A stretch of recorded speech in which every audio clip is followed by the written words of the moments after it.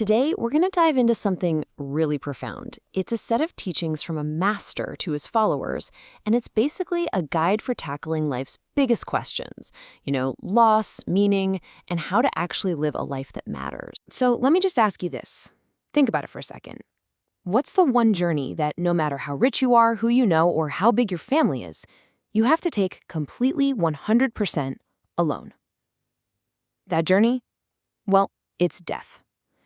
And really getting your head around that one fact is the key to understanding why this wisdom is so powerful and maybe more urgent now than ever. Okay, so here's how we're going to break this down.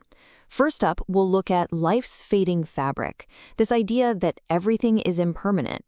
Then, we'll get into the inner architect, and you'll see how your own mind builds your reality, with a really cool story about some pebbles. And finally, we'll map out the path to freedom. All right, part one. This is where we confront a truth that, let's be honest, can be kind of hard to look at. The idea that everything we cling to, everything we build our lives around, it's all temporary. And it starts with the one thing we all think we have: time. Wow, what an image, right? The teaching here is that this process, it's completely unstoppable. Every second that ticks by, every breath you take, it's like another thread fraying. And that's not meant to be depressing, it's meant to be a wake-up call. To stop wasting the incredible, precious time that we have. So the teachings just go through one by one and pull apart everything we think is so solid. Your money, your job title, even your friends and family. They're compared to a crowd at a market. Sure, people come together for a little while, but then, always, they scatter. And when that time does come, the separation from all of it, our stuff, the people we love, our own life, it is absolute. The master uses this one metaphor to describe it that is just impossible to forget. I mean, get this. Just picture that for a second. It's so clean, so effortless, and there's no going back. You're just pulled away, and nothing, absolutely nothing, goes with you. In that moment, you're on your own. So if everything on the outside is just going to fade away and we have to face the end alone, where does that leave us? Well, this is where things get really interesting. The teachings pivot to the one place we actually have some control. The power isn't out there, it's in here. It's our own mind, the inner architect. Now, the central principle here is karma. But look, this isn't about some spooky cosmic scorecard or just blind fate. It's framed as a law of nature, like gravity. Our own thoughts, our words, our actions, they are literally the blueprints for our future. We are planting the seeds of our own joy or our own misery with every single choice. And to make this super practical, there's this great story. There's this man, a Brahmin, who wants to change. So every single night he sits down and thinks about his day. For every good thing he did, he puts a white pebble in a pile. For every not so good thing, a black pebble. And at first, man, that black pile was huge. But he didn't give up. He just kept at it day after day. And slowly, the white pile started to grow, until one day he looked down and all he saw were white pebbles. He had physically, tangibly retrained his own mind. And this brings us to a choice, a crossroads we face every single day. Is your body a boat, a vessel that you can use to sail toward freedom?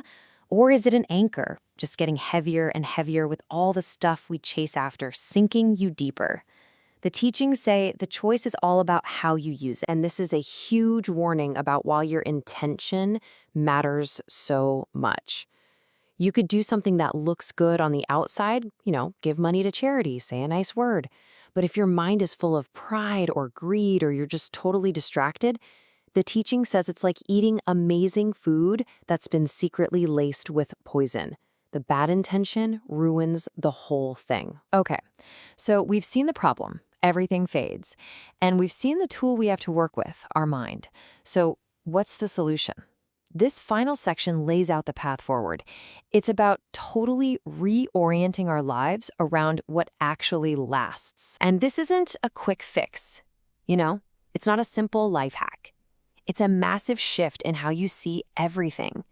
It's asking us to zoom out, way out, from the little worries of our one life, our job, our comfort, and to start acting for the benefit of all the lives we have yet to live, and for the benefit of everyone, not just ourselves. So why on earth would you make a shift that big?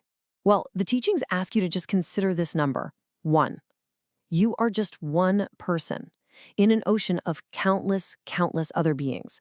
And when you really get that your own personal drama is just one tiny story in a much, much bigger epic, that's when your own selfish fears and desires start to just dissolve. And that shift in perspective, it's captured in this other beautiful image. When you dedicate your good actions to the benefit of all beings, it's not just your good deed anymore. That energy merges into this vast ocean of goodness. And a single drop of water that makes it to the ocean, well, it lasts as long as the ocean itself. Okay, but this brings up a really important question. Let's be real for a second.